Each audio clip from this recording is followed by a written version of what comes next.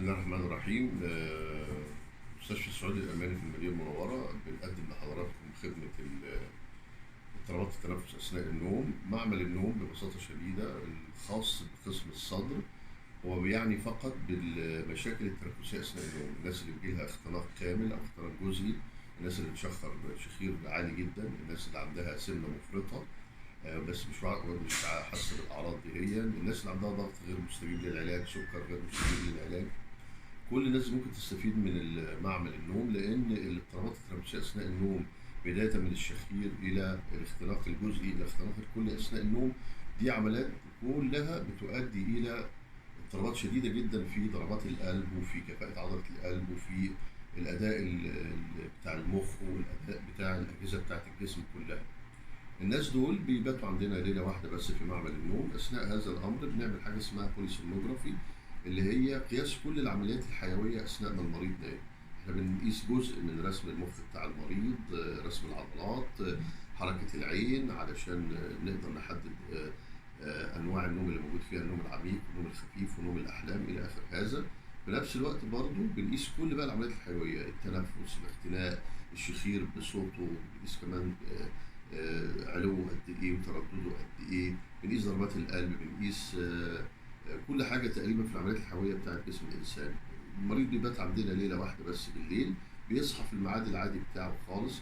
حتى معمل النوم ما هوش اوضه زي اوض المستشفى اللي هي بيبقى فيها سرير مريض وكده، لا هي اقرب الى الغرفه الفندقيه. المريض بينام زي ما يكون قاعد في بيته او في فندق، بتتوصل بيه اسلاك ما بتضايقوش خالص، كلها عن طريق اللزق بس، مفيش اي حاجه خالص. وبندرس بعد كده اللي بيطلع لنا على الكمبيوتر، وبنعمل له تحليل كامل، ونقدر نقول للمريض ده انت بيحصل لك اختناق مرضي ولا حاجه فسيولوجيه.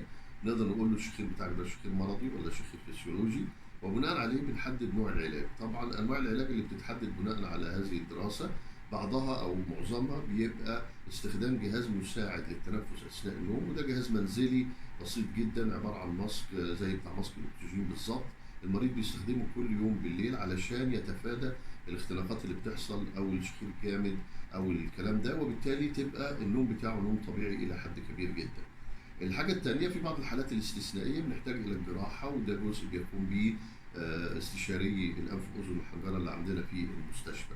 أحيانا كثيرة بيطلع المريض ملوش علاقة بالتنفس، يعني ما عندوش مشاكل اضطرابات تنفسية أثناء النوم، وده في الحالة دي بنحوله إلى عيادة الأعصاب، وبرضه الاستشاريين بتوعنا موجودين في الأعصاب. الناس اللي عندهم الأرق أثناء النوم، اللي عندهم حركة زيادة في القدم وما شابه ذلك، هم دول الناس اللي بيستفيدوا من عيادة الأعصاب. معمل النوم اللي موجود عندنا بيخدم في المقام الأول الناس اللي عندهم اضطرابات تنفسية أثناء النوم، مش علشان المرضى اللي عندهم أرق وقلق ونوم زيادة بدون أسباب واضحة، الناس اللي هم بيشخروا كتير، الناس اللي هم بيناموا على روحهم وهم سايقين العربية وهم بيتفرجوا على التلفزيون وهم قاعدين في اجتماعات وهو قاعد في الشغل، الناس اللي عندهم بيلاحظوا مثلا الأزواج أو الزوجات إن هو بيبقى وهو نايم بيتخنق وبيضطر ان هو يصحيه علشان يغير وضع النوم بتاعه، لو كان على ظهره او على بطنه يقول له نام على جنبك عشان تاخد نفس او كده.